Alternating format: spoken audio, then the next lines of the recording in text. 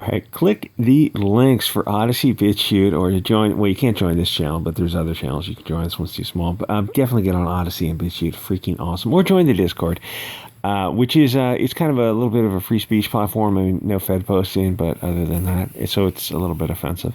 So this is by Jim Hoft, who's a gay Jewish Republican who runs Gateway Pundit, which was putting out a lot of content when 2016 was rolling around.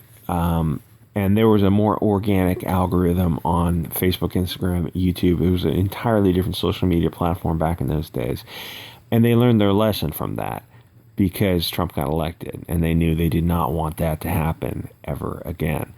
I mentioned Jim Hoft's thing because it's a little bit of an unusual circumstances he finds himself in to be on the right. Into some capacity. I don't know how far right MAGA people are. That's not very, I mean, like people on the right, we look at MAGA and like, yeah, that's not going to cut it anymore. Anyway, so Facebook admits their third party, I probably just set off all the algorithms with that. They admit that their third party fact checks are protected opinions, but very effective in shutting down conservative content on their platform. Yeah, that's the point. So Facebook and censorship, yeah, no S. The real question is, why are you on Facebook in the first place? Facebook, Twitter, Instagram, they censor. Yes, of course they censor. They did not want a repeat of 2016, and they got it. They changed their platform. They kicked off all those people who helped Trump get elected in 2016. And what happened in 2020? They, in quotes, air quotes, you can't see, they managed the election to get Biden in office. And the joke is kind of on them, but unfortunately the joke's on all of us because you don't just destroy half the country. Biden's a mess, even if you're on the left. And if you read Twitter, you can see the copium on the left of like the cracks. The cracks are starting to. There are people on the left who are like, yeah, we got to hold Biden accountable. Also, it's like, yeah, but we got rid of Trump. Trump's the devil, right? And you start looking back, like, was he? Was Trump really the devil? I was not a big Trumper. He was just a better alternative than Hillary is all. And even when Biden rolled around, he was a better alternative. But the fudged up thing is, in 2020 when he was running, a lot of people on the further right were looking at Trump and looking at Biden and go, if you really want to accelerate things, you have to vote for Biden. So that's something to think about. That's a terrifying thought. But anyway, so the left voted for Biden in droves, allegedly. He won. It's like, okay, say he did win. Say he actually won. Are you happy with that decision? Really? Seriously? Look around, the country's headed for civil war, and Biden is asleep at the wheel. There's no nice way to say it. That shuffling dementia patient. They're both, Trump and Biden are the same age, but even Trump and Hillary, like they both are cognitively unimpaired. They know what's going on. Like God forbid we get somebody like. I don't want anyone over 65 in office. I know people are living longer these days, but you look at Biden, it's like, the reason Biden didn't run in 2016 because he had cognitive impairment. In 2016. Anyway, all the mainstream platforms censor. That's what they did. They went through they had 4 years to reassert their platforms to kick off Alex Jones and all the further right, like all the further right people, Red Eyes, Jared Taylor, David Duke, I don't know, Richard Spencer, all those people were like really on the far edge of the right. And then there were a lot of like Andy Worski, which is the comedy channel, and I can't remember all the channels that got kicked off. They kicked off several hundred channels. They said they kicked off thousands of channels, but some of them were so small like you didn't even notice them. But there were like 100 big channels. Like, The Way of the World was a good one. All those channels are on Odysee and Bit Chute now. And were they that far right? I don't think so, but what they were doing was they were pointing out inconsistent, like iHypocrite's going to get kicked off any day now. Styx Hexenhammer's going to get kicked off. They control these platforms, absolutely. They cannot have any dissent. So iHypocrite, Styx, Salty. There's a bunch of channels that, like, they're just next on the chopping block. Anyway, because they didn't want a replication of 2016, 2020, and they won. You got it. You got Biden in office. I hope you're happy with Biden because the rest of the country is very much displeased.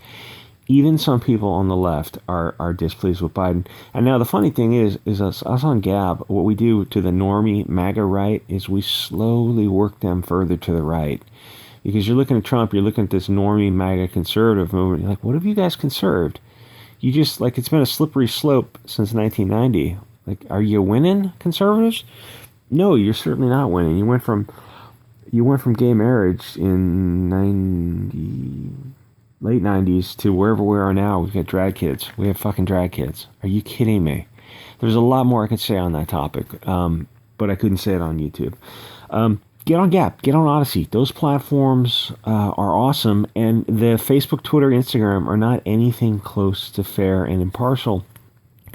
Maybe at one time in the beginning, like 2015, they were, willing to give, a real true diversity of thought. But, remember Nick Fuentes and Soft were at one time were on YouTube?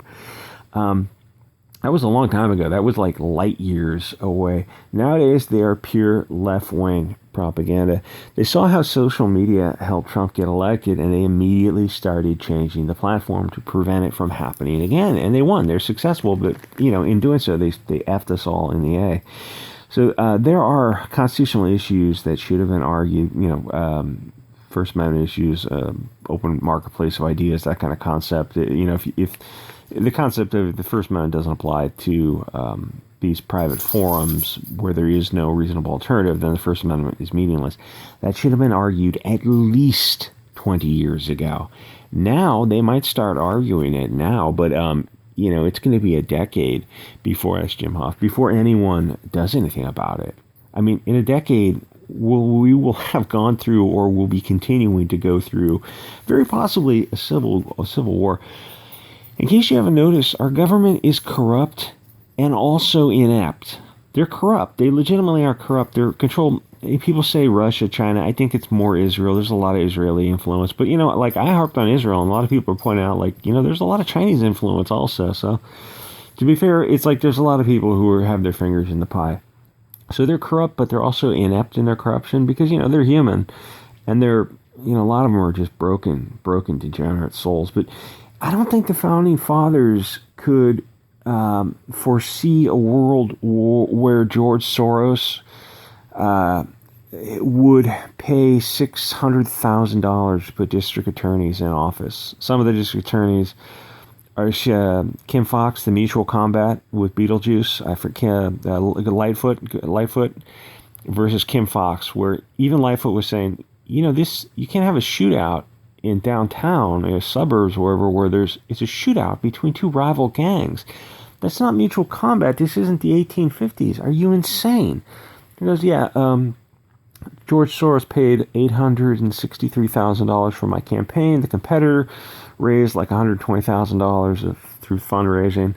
Like, there's no competition with that. And then you start looking at a bunch of these other district attorneys who are making these bizarre, off-the-chart decisions. And you're like, oh, I bet that's a Soros attorney. Oh, that must be anti-Semitic. And you look it up. No, Soros paid $600,000 for part of that campaign. Yeah, all this stuff is happening. No, the Founding Fathers couldn't envision this, but they didn't envision a multicultural, diverse, low-trust nation. Which, congratulations, because that's what you find yourself in.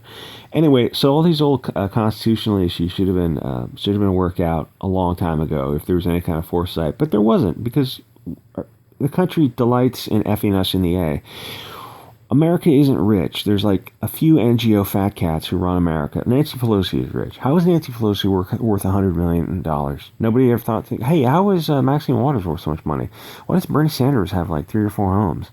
Well, anyone want to raise their hand? Oh, well, they're on our side. We're all Democrats. We're all, like, we can't ask questions. Like, listen, it doesn't matter if it's corrupt left or corrupt right. Hey, you want to investigate the Republicans for corruptions? Please go ahead. Because the Republicans aren't on our side either. The conservatives don't conserve anything. We need to spread American values. Please get more gay sex in the Middle East. That's an American value. That's conservative value. Really? Yeah, hey, I used to be a libertarian too. You can, if you see me at a con, well, I was going to say slap me, but don't. But I mean, there were a lot of people like me who were just, we didn't know what we didn't know about libertarianism. It's like libertarianism is the G word for lighthearted and frivolous. It's the tool of the enemy. So as it turns out, is conservatism, because as I said, they really don't conserve anything. Like, they never stop to think. Like, so I mean, the word, like, you guys use the word, but what have you actually conserved? Oh, well, we're gonna have boys in the girls' room. That's a Republican value now. Like, okay, maybe that's not such a good idea. The thing is, it's going to be decades from now before they work out the constitutional issues of First Amendment applying to the internet. It's like, the internet's been around since the late 80s. And really, so in message boards, like, that, you should have been thinking about this in the 90s. Like, there was an internet, like, the fully fledged internet by 1995 was when cable started to come up. So you really should have been thinking about that. There were websites and stuff, but social media was early 2000s somewhere. MySpace, I think, was the first one. Anyway, where was I going with this? Our government is evil. It's run by evil people. And again, I think it's mostly Israeli, but there's a lot of Chinese influence also. Can I say any more hot words for the YouTube algorithm? The thing is, with social media platforms, vote with your feet. If you're on Facebook, Instagram, Twitter, promote Gab, Odysee, Bit Chute, and then eventually just go over there.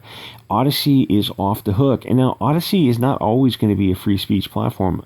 I mean, I'm just guessing, looking into the future a little bit.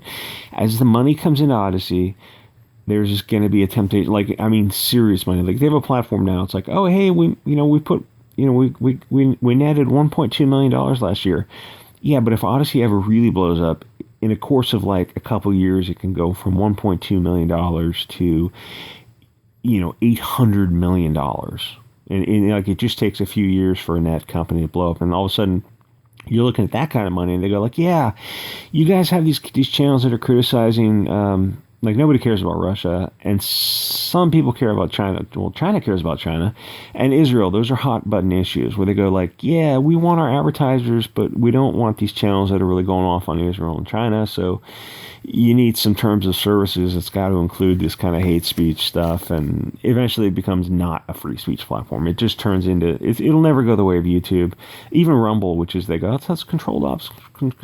Yeah, it is, but like, Red Ice is on Rumble. So it's good. Use these platforms while you can, and then, make the money from them. And you're not so much building up a platform like it was in the old days when you're on YouTube and you built up a YouTube channel. Nowadays, you're building a name and a brand. So as you get kicked off of YouTube, you go to Gab and Odysee, and then you kicked off there. You go to World Truth Video and Gab TV, which is probably Gab TV is probably the future because it's Andrew Torba who runs it. Go over there. Odysee, Gab TV, Gab is Gab TV is not really set up yet, but Gab and Odysee and Bit Chute right now are fantastic. Bit Chute is more like pure hate speech. Which is awesome, but also a lot of like cryptozoology, like flat Earth type of stuff, and like World War II conspiracy theories, which is fun. It's like all those things are fun. Like, you have the right, like, everything. It should be on the table. If you believe in the chupacabra, you want to talk about like that kind of stuff, or werewolves and like moon landing conspiracy. Hey, that's fine. There's no need. You don't have to hide that kind of stuff because the truth doesn't fear investigation. The Earth is almost certainly a sphere. I mean, there's a lot of science that goes into that. I could do a video on that. And whenever I talk about the shape of the Earth not being flat, there's people in the comments that are like, oh, dude, you just don't know. Like, I actually studied.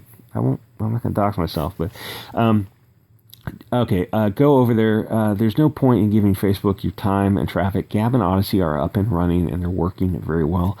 For Odysee, search all your favorite YouTube channels and sub to them. Alex Jones, Red Ice, Media to Rise, The People's Square, me, all the right-wing channels, and all like the far right-wing channels, which were a lot of fun.